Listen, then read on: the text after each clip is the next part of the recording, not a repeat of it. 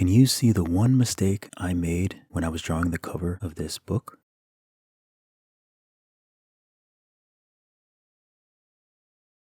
Now, if you said that it doesn't have the name of the author, the name of the illustrator, that sort of thing, you'd be right.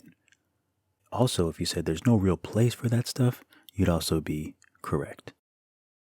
One thing that you have to do when you're creating illustrations for a book is you do have to think about the type, especially the cover.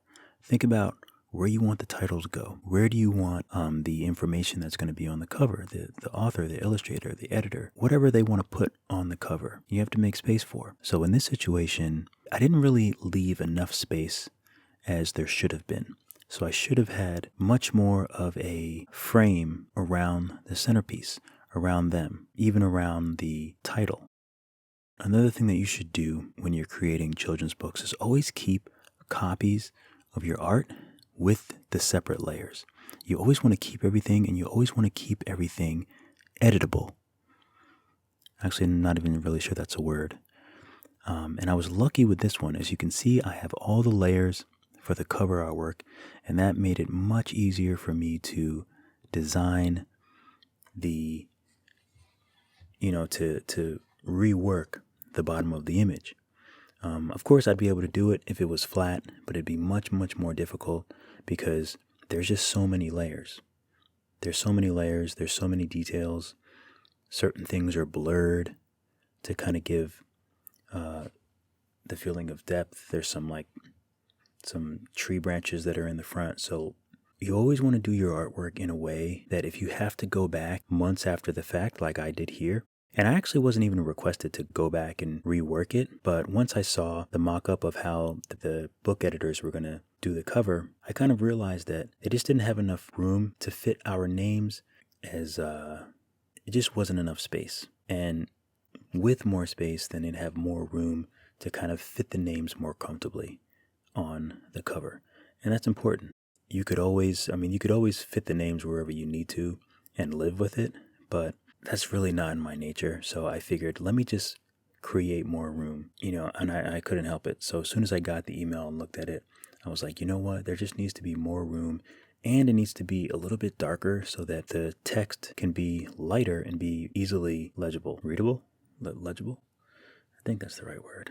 But as you can see, I'm just sort of matching the same vibes, matching the colors. And you also have to match textures, and, in a sense, everything has to work well. It's not a fast job because, again, this is the cover, so you kind of have to get right back into where you were when you left off. Everything has to match up, the different textures. I use a lot of noise. I use slight noise on the texture. And here I am adding a vignette, which I really love. I love kind of vignetting things. It just kind of gives it a nice vintage quality to it. Adding the reflections back, and that's another thing that I'm really glad that I saved the reflection and everything in a different file. Here I had gone back to look at the original file because I wanted to match it as much as possible because everyone's happy with the original file, so I don't want to really change much. I just want to extend and add more flexibility to what we already had. So I had to go back and rework the reflections and all of that good stuff. And reflections can be tricky. I'm sure there's a more technical way to kind of do them, but I don't really, I feel like as long as a reflection reads as a reflection, then you're fine. You don't really have to go too crazy on the reflection. So just enough so where it reads as they're on some, a glossy surface. And here I'm actually just stretching. I really like the positioning, and obviously I spent a lot of time working the positioning of the foreground, the different levels of the foreground. So with just stretching them out, I was able to kind of keep the top where I wanted, next to the words. I was able to keep everything how I wanted, but I also realized that I wanted to make the bottom a bit darker to go with that sort of vignette. So I also had to change and add some color to these branches. So here I'm adding it a little bit darker.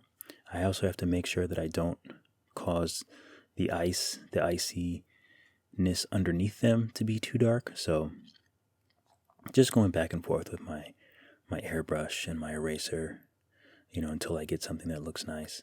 And also coming up with other things, like there's slight colors to the foreground, things like that.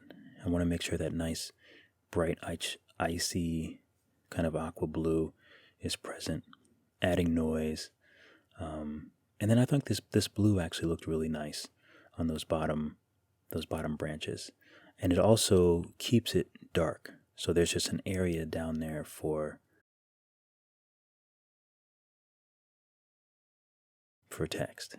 But it's just another thing that I'm really glad that I just kept everything. I didn't get rid of any files.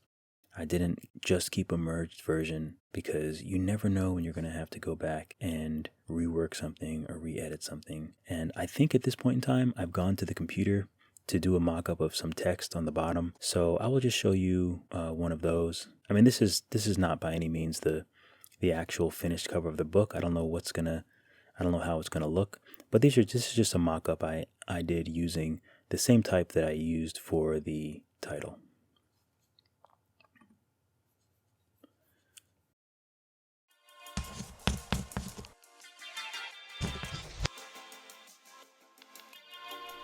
Thank you so much for watching the video. I really appreciate you. Be sure to like and subscribe. Follow me on Instagram at DrugFreeDave. And don't forget to join my private Facebook group, Procreate Tutorials and Guidance. Check me out on Facebook. Hopefully I'll see you guys soon. And as always, keep drawing, and I'll see you in the next video.